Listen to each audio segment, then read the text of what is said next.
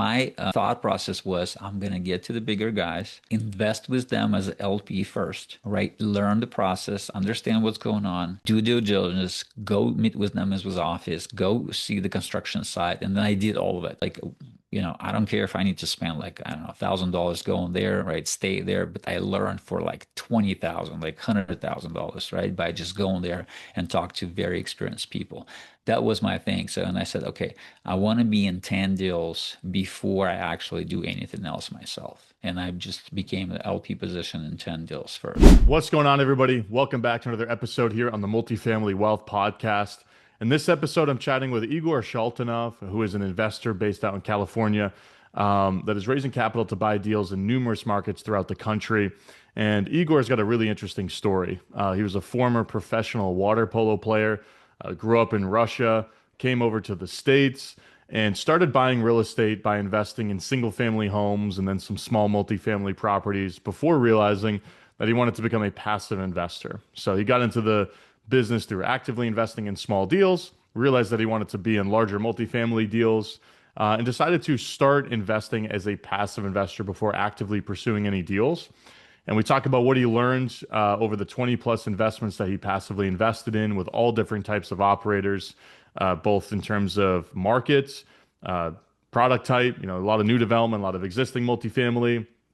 Has some good stories, has some bad stories, and we get it all, or we get into all of it, I should say, in this episode. He shares a couple little tidbits that I think are really interesting as well as it relates to how he looks at deals and vets deals that I think are really helpful for the folks out there who are both raising capital and trying to communicate their deal to LPs, as well as to investors who are looking to passively invest with operators. So, great episode here with Igor. If you learn anything in this episode, leave the podcast a rating and review. Coming up on 300 episodes, as you've probably heard me talking about on the podcast, and would love to get to 300 reviews before we get to episode 300. So if you haven't left a review yet, please consider doing so.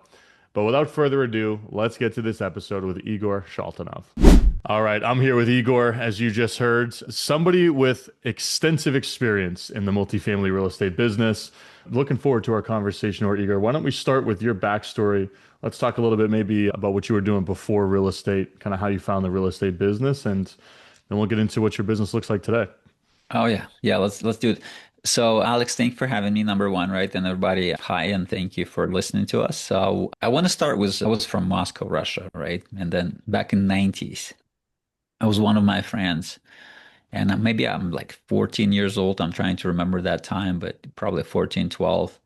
And he's saying to me, right, there's no books, there's no YouTube, there's no real estate investing courses. He's saying to me, I'm going to pick up cash from the guys who is living in our place. I was like, oh, what? I was like, yeah, picking up some money. I was like, oh my God. So, and I want to turn your mind a little bit, right? So again, now it feels like, oh, it's natural and stuff like that. Back then, you're like, oh, you're giving somebody space and they can actually pay you money for that. I was like, okay, that's interesting. Never heard of it. And that's the beginning of my exposure to that idea, right? And then once I'm maybe about 18 years old, right, and I'm playing professional, I was a water polo player, professional water polo player. So, and my mom had a spare apartment, right? So we just got two apartments, no idea what to do with that. And then I'm saying to her, listen, I heard you can give it to people and they're going to pay you money. So the sweet thing is it's all paid off. There's no mortgages on it, right? Whatever comes in, it's like pure profit. There's no taxes back then as well, which is so funny. And the turning point was when I convinced my mom, listen, I'm going to remodel the whole thing. So you guys move to the new place because that new place was like brand new, just built, right? The brand new home. And I say, you guys deserve it. You live here for 25 years, right? Move to the new place, right? And I'm going to rent that, I'm renovate a little bit, right? And rent that place. So she was super skeptical. It took me about like 6 months to convince her, right, to do that. But then, like I said, the turning point was when we showed up first day. And the ideal thing, actually, there was two kids, two guys working as a lawyers, and they split that payment on two, and they just shared the space. It was like huge, right? Now I understand that. Back then, I had no idea.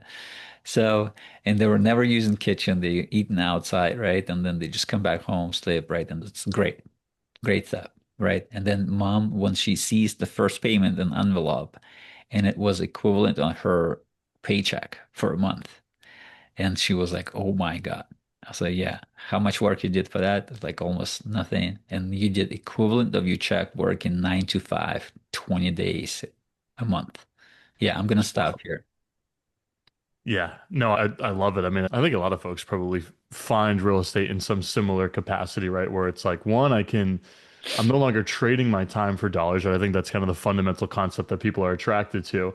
And then it's a lot of work, but I think when people kind of see that first either check come in, whether it's a rent check and they didn't have to exchange any time to earn those dollars, or they're selling a building or flipping a building if they're being a little bit more transactional and they see those, that check, the money that's left over after paying the debt, after closing costs, all that, and they compare it to maybe what they were making before.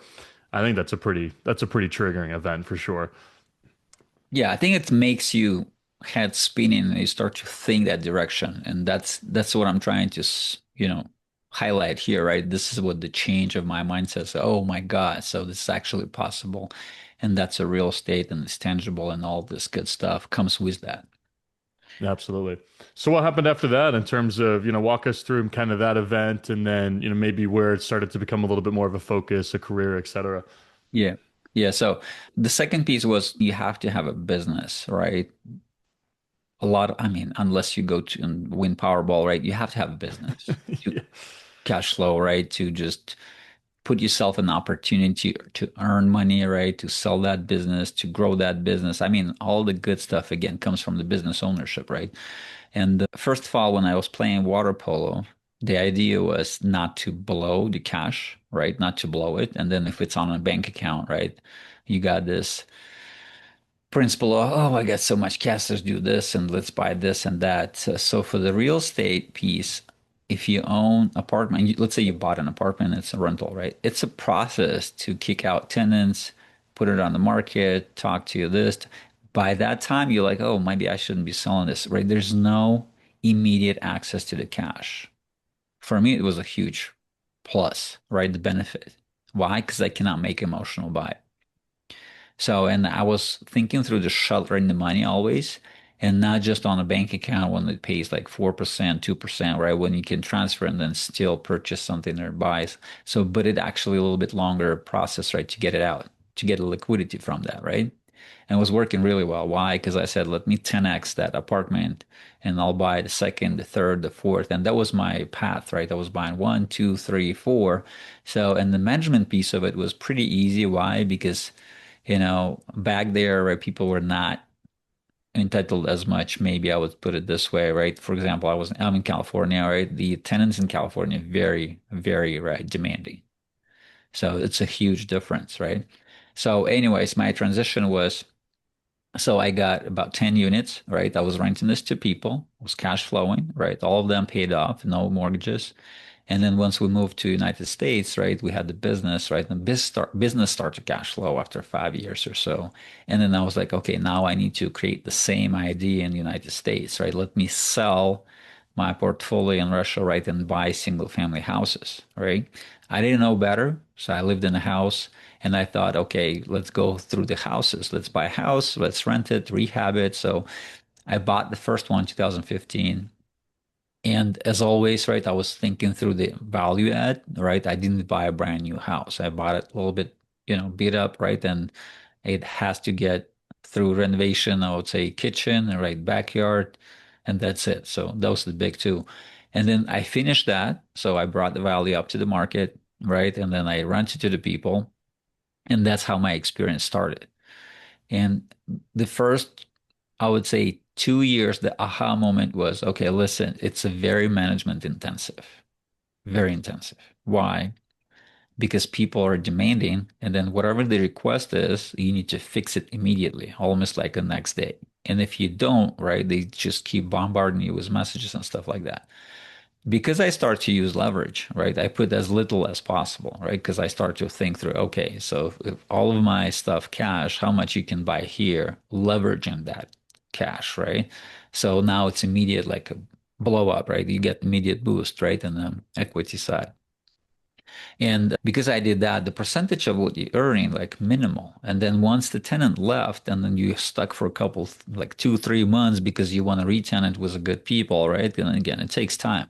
So the bad people is fine. You can probably find them in a couple of weeks. The good people, like it's going to take you a while, right? Because I had some ideas, like people will show up and like pushing me, here's the cash, like let me in, let me. I was like, hold on, wait, show me this, show me that, show me proof of income, show me. So again, it takes time. So anyways, what I'm saying is, once people left, you're the one paying for your mortgage plus your rental mortgage. And I was like, what if it's multiplied by 10? And then you got 10 tenants who's calling you. I was like, there's got to be something different. There's got to be something different. I don't want to put my money into this intensive management thing. I want to put my money into something else. And I start to ask my actual mentors from the business side, and they say, listen, we own apartment complexes.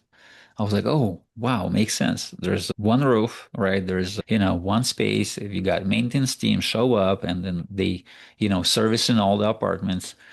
And I start to think, listen, I want to buy apartment complex. I don't want to buy single family anymore. Let me shift my mind right away and start to think through like multiple units, the scalable model. So, and that's where it is. So I'm going to stop here. No, I like it. I think it's a similar story to, I think, or a similar kind of journey that I think many people follow, right? Where it's like we're either going to start with buying single family rentals or maybe small multifamily, 2, 3, 4 unit stuff, because that's what's available to you, right? I mean, a lot of people get into the business through house hacking. They go buy the 3 unit building and they go How move you build into up? one of the units.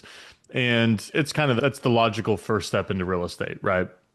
I think as much as people online try to really push the go bigger sooner, it's better to have scale. It's really hard to actually do that when you're getting into real Scary. estate or beginning to grow because it's the numbers are bigger. There's far more, moving parts in regards to the transaction itself. Yeah. Um, you probably need to, you're competing with a different class of people on the buying side, right? There's more at stake. So I think it's natural for a lot of folks to buy that single family, maybe buy a 3 unit. Maybe then they're like, all right, maybe I'll do some bigger stuff. You got up to, a handful of these single family rentals. Let's talk about going from that point. You realize that multifamily is a bit of a better bet. It's a better trade. It's a little bit more management efficient. It's going to allow you to maybe grow a little faster. What happened next in terms of maybe, that first multifamily deal that you did? What were some of the, kind of the challenges you faced and talk about that journey there?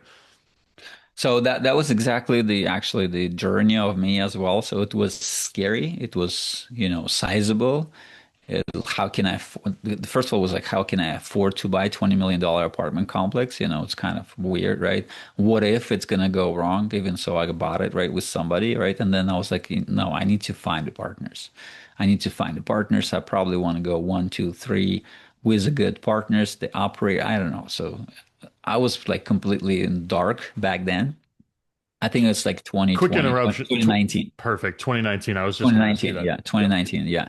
So yeah, let's talk about time frames. I was like completely like scared and do not understand, but dreaming about that, like going to the bed, I was like, how can I buy like 20 units of apartment complex, 100, I don't know, something. And the problem is where I live, it's like a little bit more desirable area, so it's easily about 20, like $30 million for smaller apartment complexes, right? And then I start to look outside a little bit, right? And then so we found the first partner we found, right? And it was me and my partner inside of the fund, right? And we found a partner. He's out of Oakland, and that's the area when before the Warriors start to become a championship, right, team.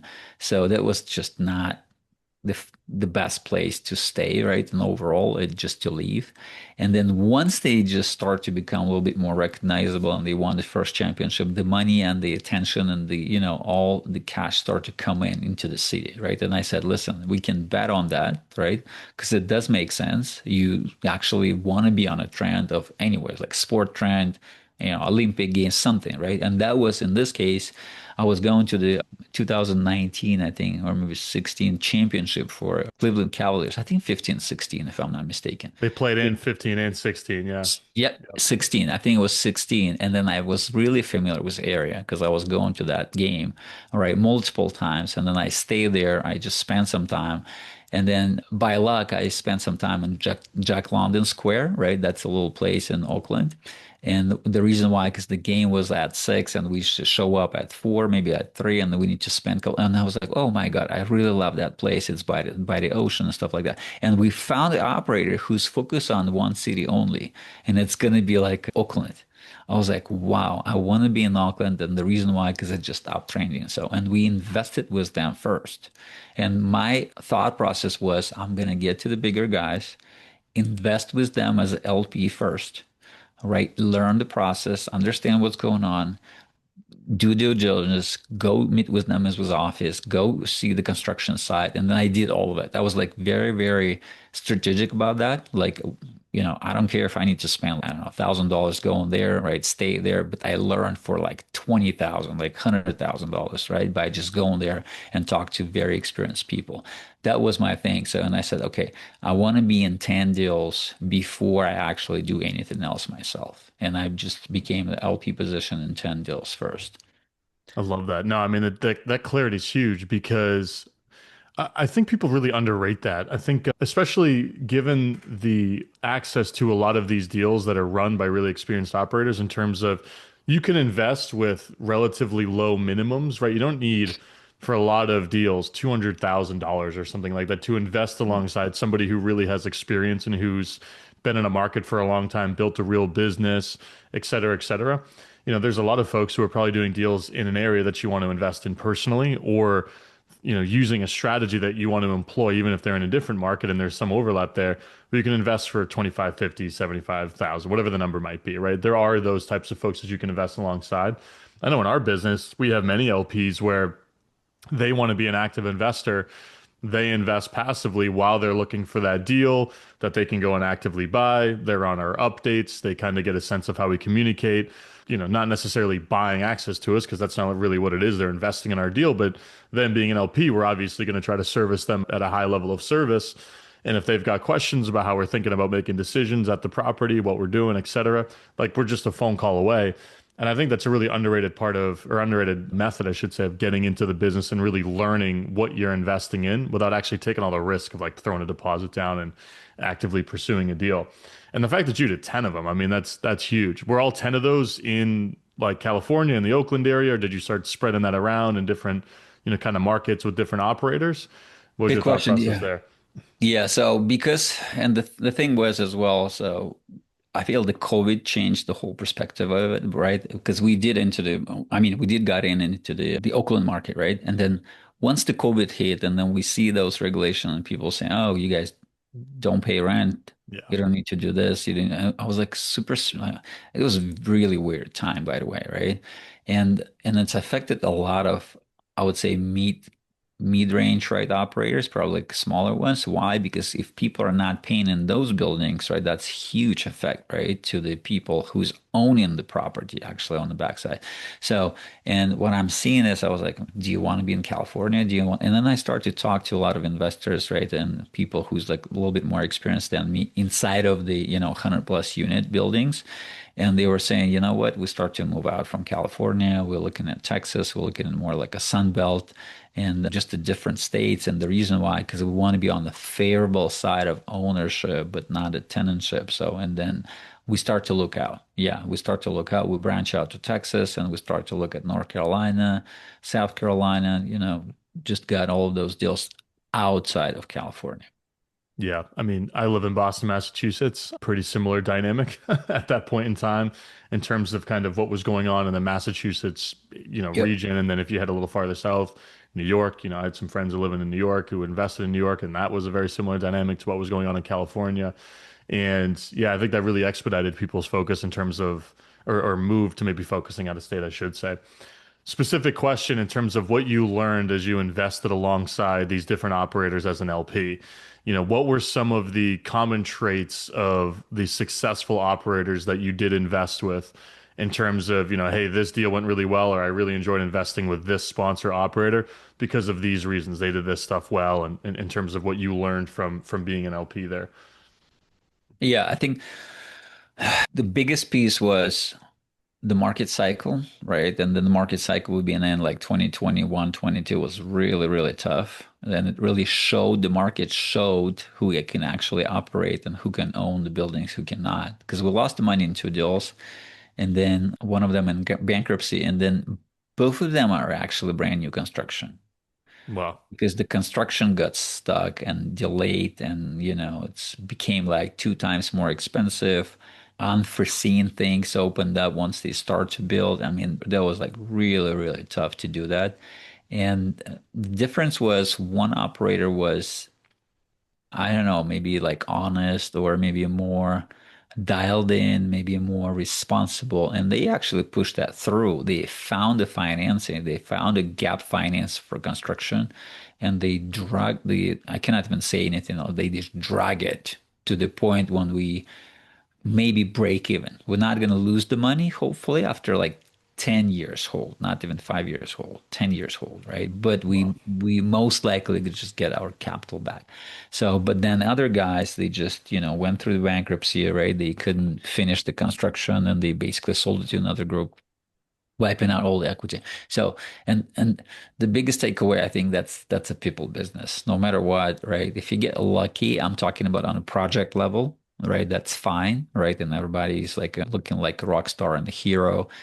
If you got a little bit of turmoil, it's all comes down to the people who's running the show and then the internal being and what the internal capacity of their, I mean, what are they actually about when nobody looking at you and it's dark times, right? And then we found it right away. There's a couple guys who's not good, and I don't want to say any names, but it's just obvious.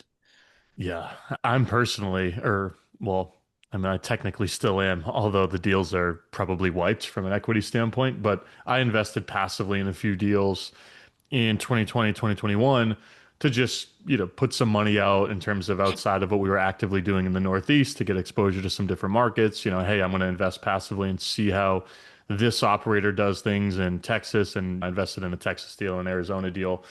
Both of those deals are probably zeros in terms of where the equity are. We just haven't sold yet, but in terms of how it looks Yeah. like it's going, that's likely to be the outcome. And it's so interesting to watch how different sponsors, as you mentioned, react to negativity or turbulence throughout the term of a project. Are they making interest-free member loans? Are they doing what is the term of the capital call that they may be calling? Are they doing everything they can to maybe salvage the deal in terms of how it's actually performing outside of the capital stack? Like, are they hammering their vendors to try to really reduce the expense side? Are they literally getting more involved in the property management outside of just relying on their third-party management company? And there's Yeah. so many different things that can be done outside of, hey, things aren't going well and we're just trying our best, that like where you can really show yourself as someone who goes above and beyond.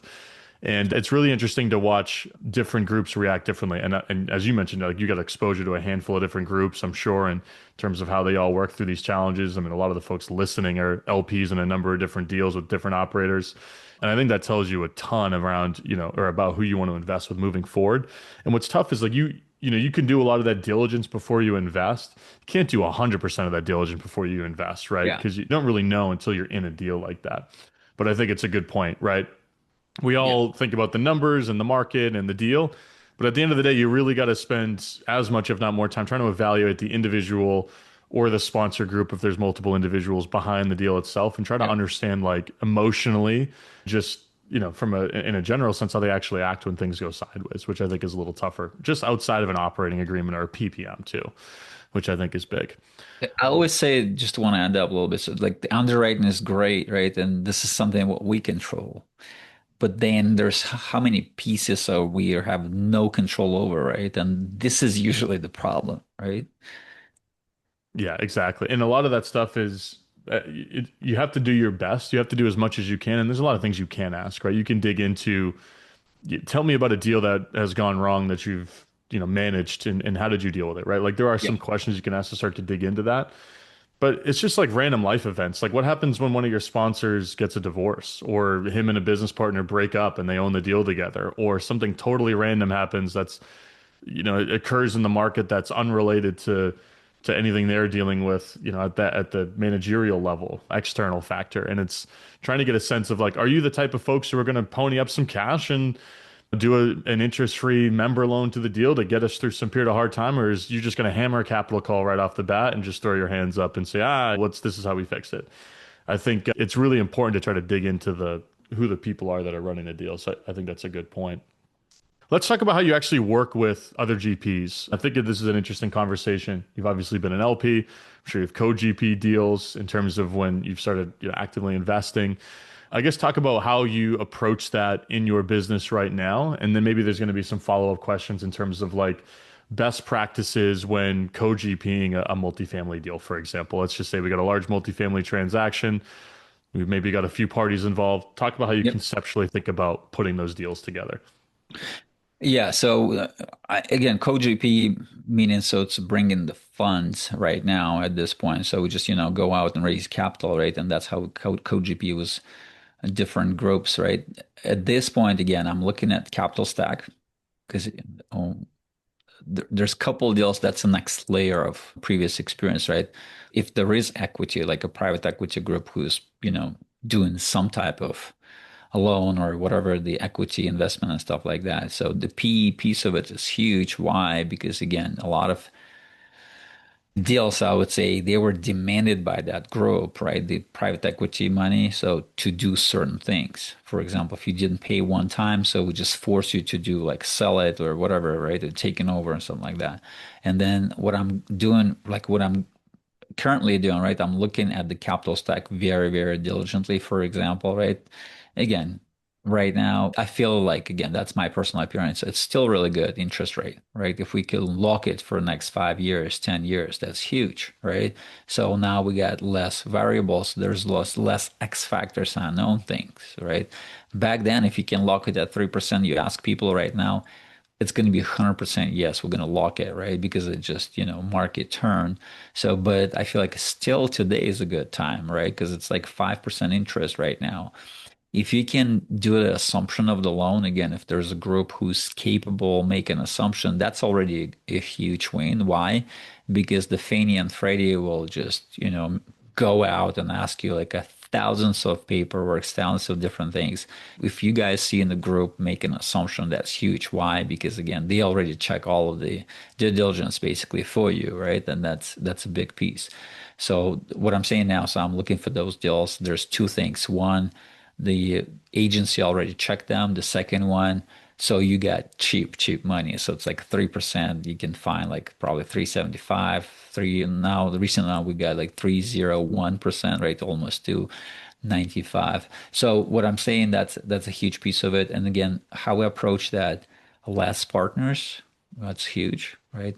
The less Hmm. partners possible, right? So just a little bit faster communication, right? You can move faster, you can do faster things. And the property management experience, that's huge, right? So I just want to make sure the people actually run the deal, have a, 5+ years of doing them themselves, right? They do it themselves, they operate themselves, they manage themselves, right? Because it's not like a first three deals, right, together. Like it's been like a tens of those things. And lastly, right, nothing which is going to be for construction, because again, we understood, even so it's super experienced team, right? Between land or whatever, the existing building, between land and then the building, there's so many pieces has to happen. Just so many, right? And then in our experience, a lot of times it does not happen. Yeah. Right. And then that's the problem, right? Whether you got existing building and you might do a little remodeling or might something, right? It's already existing, right? They can't argue with that. You can knock it, you can touch it, right? You can re-rent it, you can do whatever you want. You can sell it, right? At the end of the day. So Hmm. you can wipe out the equity, but still sell it. So on a piece of land, what are you going to sell though? So it didn't work. Again, so it's hard. It's a hard proposition. We understood that. And again, so we're probably not going to touch it with investors' money. I might touch it with my own, but with investors' money, never though. Yeah. No, 100%. I mean, it's interesting. I hear arguments from folks that are like, development is, it carries less, maybe not, maybe they're not saying it carries less risk, but there's less variables because you control what you're building. And I'm like, okay, well, uh, there's far more moving parts from a construction standpoint. You're relying upon a lot of vendors, a lot of subcontractors, a lot of different things. Even if you're buying a shovel-ready site where you've already worked through all the approvals, there's still a lot that occurs there. And there's a lot from a variable standpoint comparatively to you're buying this existing building that you've performed DD on that's already existing, that's already there. Even if you're renovating it, the scope of the renovation is going to be much less significant. I But I'm love, always thinking through, sorry to interrupt, like a risk reward. What's the risk reward? Are you getting like 10x of your money when you're developing? yeah. No, it's like nothing. Like you got 1% more. Like why would you risk something for like which just doesn't exist? And it's just a basic concept and strategy. So, and again, it took us a while to understand because again, the projection was 3.5, I think, on the money. Whether like you get in the existing building, it's going to be right, 2x multiple, right? And again, but the problem is that's huge, right? So that's, between 0 to 100, that's a huge, right? And it's a lot of times doesn't happen. Yeah, exactly. No, I think you're just going to be compensated for the risk of the project you're investing in, right? And it's important to have that, mentality when you're actually writing the check. I love what you said about agency debt. Like, as an operator, we've gone out and we've worked with the agencies on a couple of deals, or at least tried to. We haven't in the last couple of years, mainly just because local banks in our market, local banks and credit unions are offering basically the same terms without the A lot less immense amount of problems. Yeah. diligence. Yeah. Yeah. And I think that's actually a really interesting point. Like if you have a sponsor who is raising a deal and maybe you're an LP or maybe you're a potential co-GP or what have you, the agencies are doing so much more diligence right now than they were in that 20 whatever time frame to 2023, 2024 in terms of how diligently they're actually working through the underwriting Yep. on both a sponsor and a deal. That does say a lot. They've kind of outsourced the diligence a little bit there in terms of they've got an entirely different checklist than what you probably have as a co-GP or an Mhm. LP. So I think that's an interesting point there. Not to say the LTV is going to be like minimum, right? Yeah, So they're exactly. not going to give you money. So unless you like really in minimum right bracket of LTV, and that's another huge piece. So you Yep. de-risk yourself right away in the beginning. So, and then what makes me crazy, so the guys come up with this deal, and then between the cap rate, going in cap rate, it's negative, right? And then just the interest rate. I was like, what's the plan? What's the Yeah. plan? How are you going to swim out of this thing? So. And that's again 2022, 23. That teach me really well. So then they come up with a deal and it's like negative 1%, like 2% right off the bat. I was like, what do you need to do to make it work? Yeah. Like, Yeah, I tell me what think are you gonna do? What's the idea? Yeah, for sure. I mean, so many lessons were learned in that period of time, but like just entry cap rate. Are you achieving positive leverage day one? What is the actual, what do the numbers look like shortly after close? That's, such a critical thing to evaluate as an LP. I mean, the other piece of it is like, okay, if you don't have positive leverage when you close and you have some type of negative cash on cash return or negative DSCR, like how quickly are you getting out of that and what's the plan to get out of that? And again, does that tie back into projected returns that make me feel pretty good about the risk that we're taking in investing in a deal like that? I think it comes back to is the risk being compensated for in terms of what it looks like I might earn on this investment, right? And I think that's obviously critical there. Let's just paint a quick little scenario because I think this will be helpful. You have a sponsor who's got a $25 million deal, 250 units, 100 grand a unit, $25 million deal just for the most round numbers. Not that the dollars are that critical, but we got a large multifamily deal. We've got a sponsor who needs some help raising the capital. Maybe they can raise a portion of it, but they're going to be the ones who are operating it, doing the asset management. They're going to handle all of that. They're looking for you, for help to actually raise the money to get that deal closed, right? Maybe they need $10 million to close. How do you actually think about structuring that deal in terms of how would you guys collaborate on that? Maybe just the most vague, rough numbers around how you'd think about slicing up GP equity there or portions of the promote. Because I think that's going to be helpful for folks as it relates to, or as it comes to thinking about how to put deals like that together, whether they're on your end and they're going to be raising some money or whether they're the operator and they want to go and work with somebody who can help them raise the money. So yeah, that's a good question. I think it's a little, I don't know how to say that because publicly it's going to be like a gray area if you're talking about like money compensation for bringing capital. It's a And good note. yeah, yeah. So you want to be part of GP at certain capacity, right? And then that's one of the reasons if somebody reach out to me, like there's no there's no way we're gonna work together. So, right?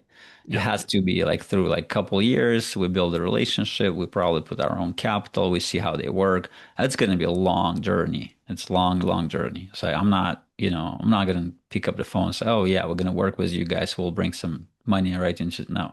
So but what it comes down to, let's say, okay, I want to be on the asset management side, right? I want to sit in the chair of asset management. So I'm going to be like, I'm really part of JP team.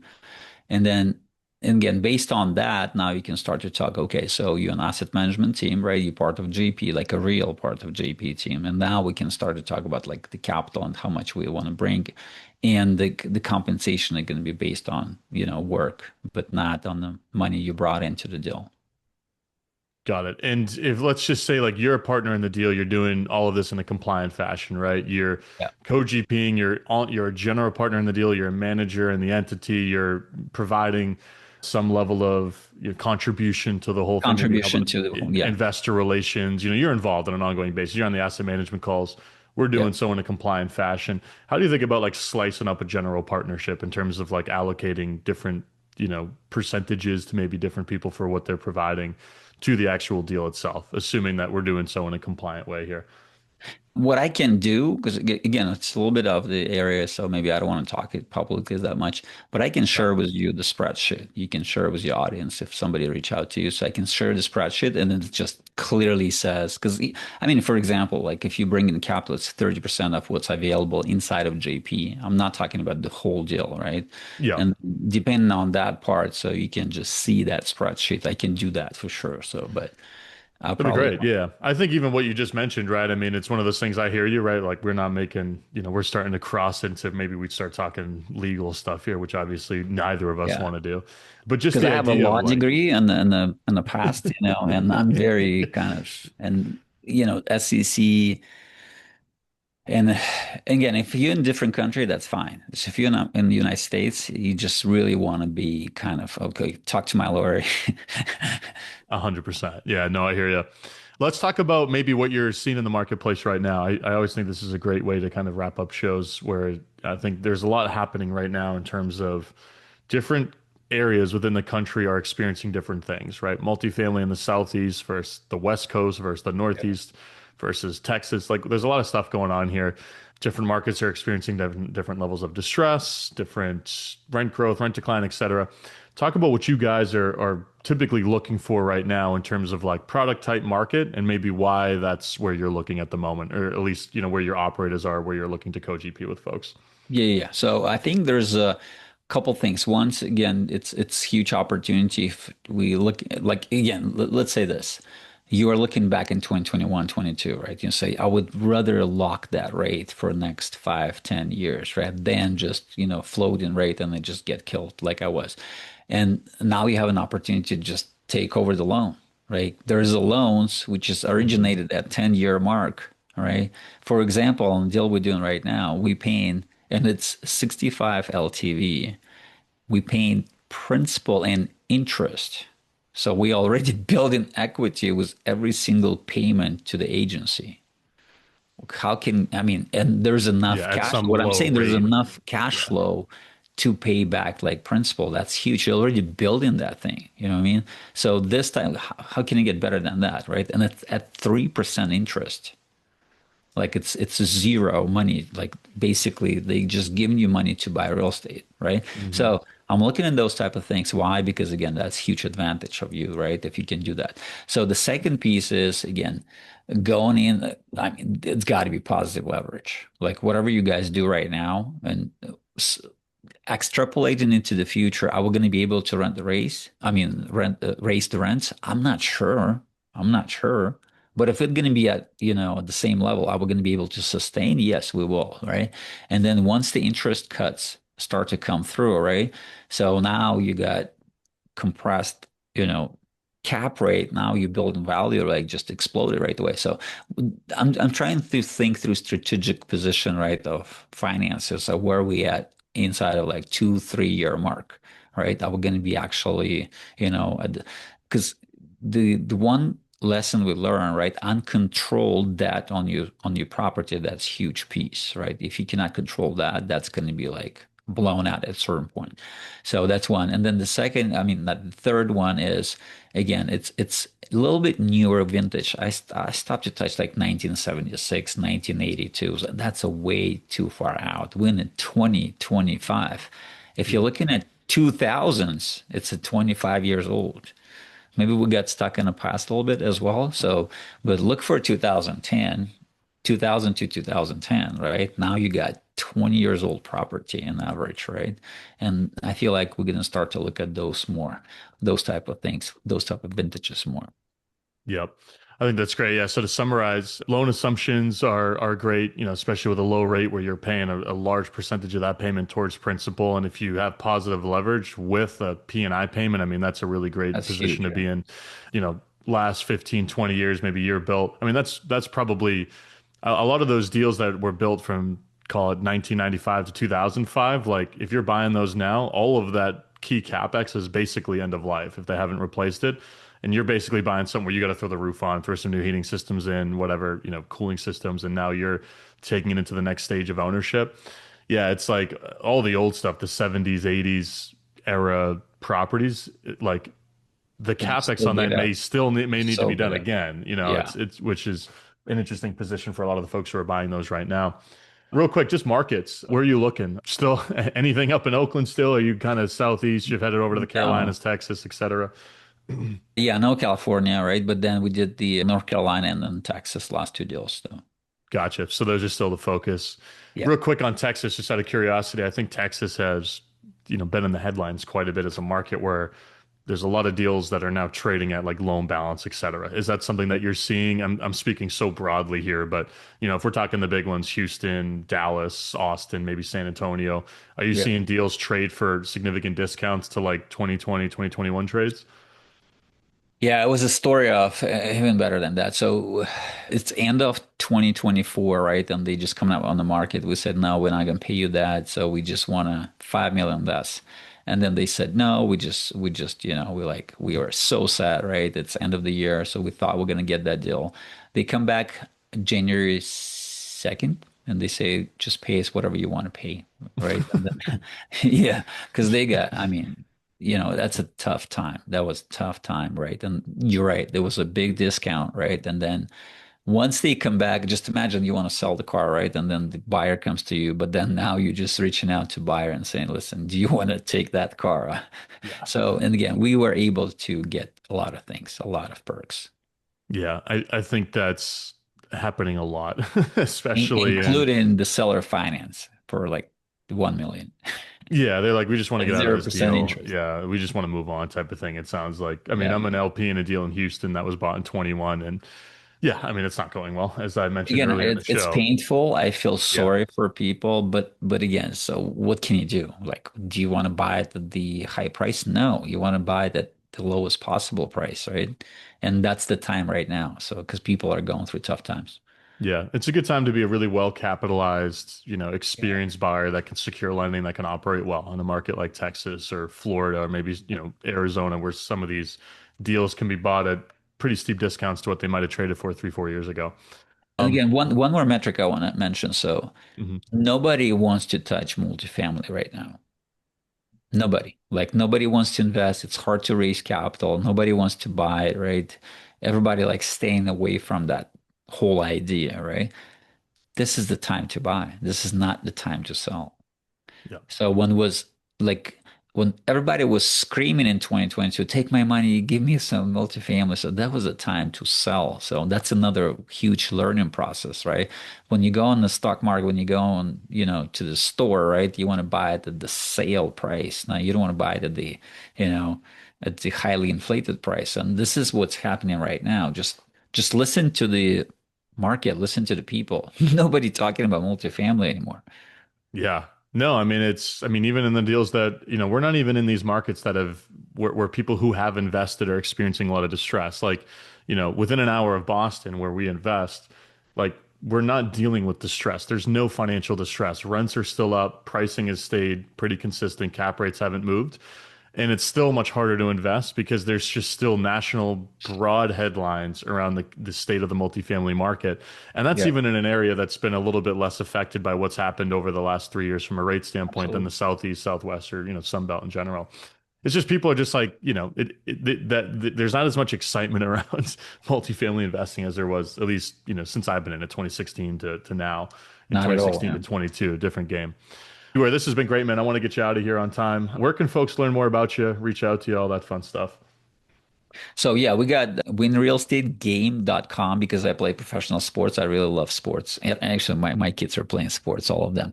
So Nice. winrealestategame.com. So, and if you are a single family owner or whatever investor, so just listen to this little course. So I create the free course. You guys can just find it at the winrealestategame.com and just connect to me as well, right? Love it. Appreciate the time. It's been a great episode.